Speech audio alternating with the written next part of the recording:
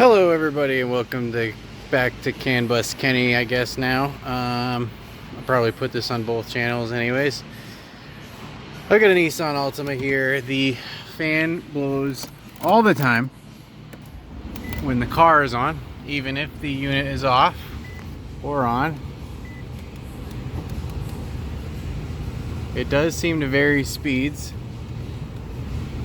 Oh, I'm wrong. Sorry, take that back.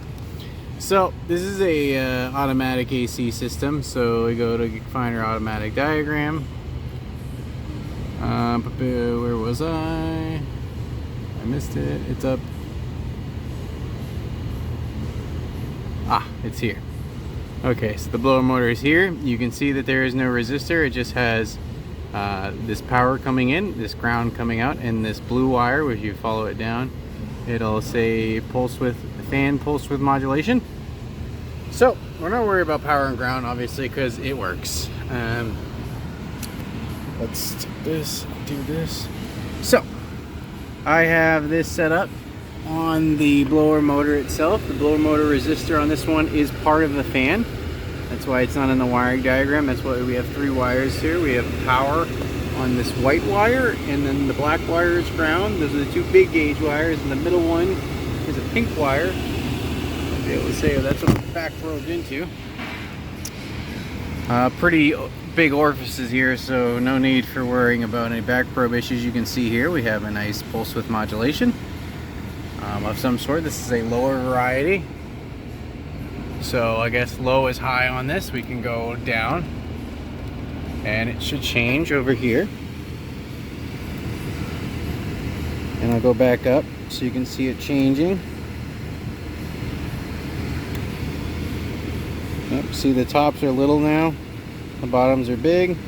We'll go back down to 1, and then the tops are going to get bigger and the bottoms are going to get little.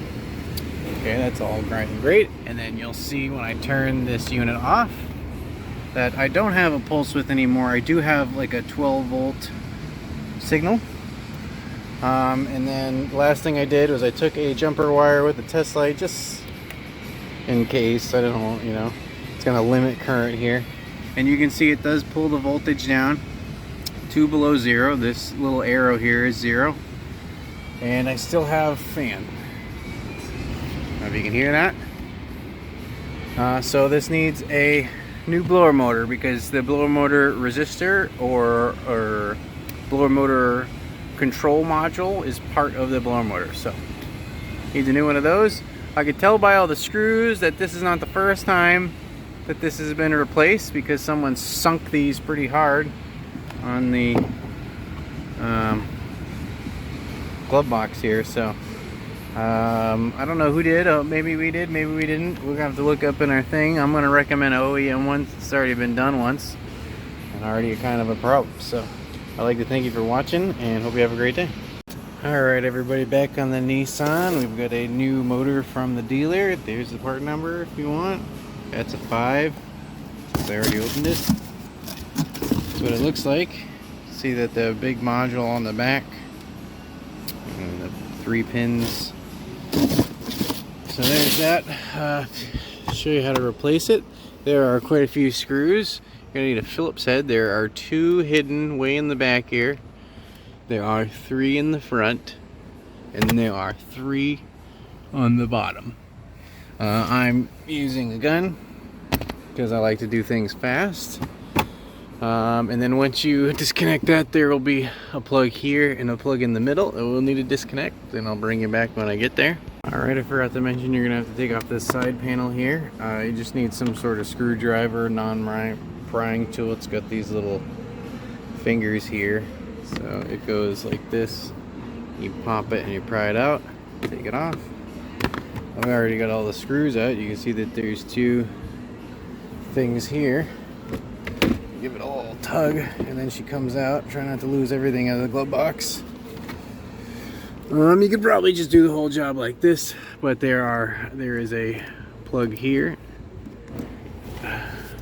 Maybe.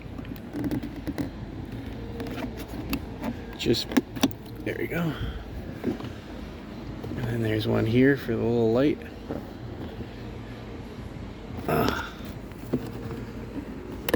There's that, and then I'm gonna have to get a tool to pop this out of here. So, okay, I get my little pry tool here. I'm gonna try to pry this out without damaging it. Let's just get 2 little nibbers on each side, and then that's out. Now I can take this whole thing out of here. Like so. And then you get all the room for the activities. Alright, so they were nice enough to make those Phillips, so I don't need to get a new tool. I will pop this out. It's just a little button here you gotta push and then pull out. Don't try to force it. You don't want to break the tab, and then it'll never work correctly again. And then I'll do the first one on video here. But after that, I'm gonna need my other hand. Awesome. There's that. Screws are obviously different from the glove box screws. They're silver and whatnot, so I'll remove that. Alright, I get the 2 parts out.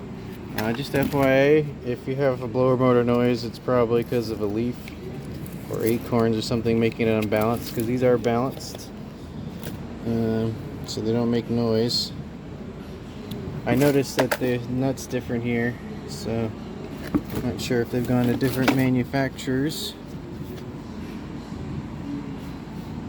I mean, it's clearly a different unit from the dealer, so they must have had problems with these and changed them. So we got serial number 946.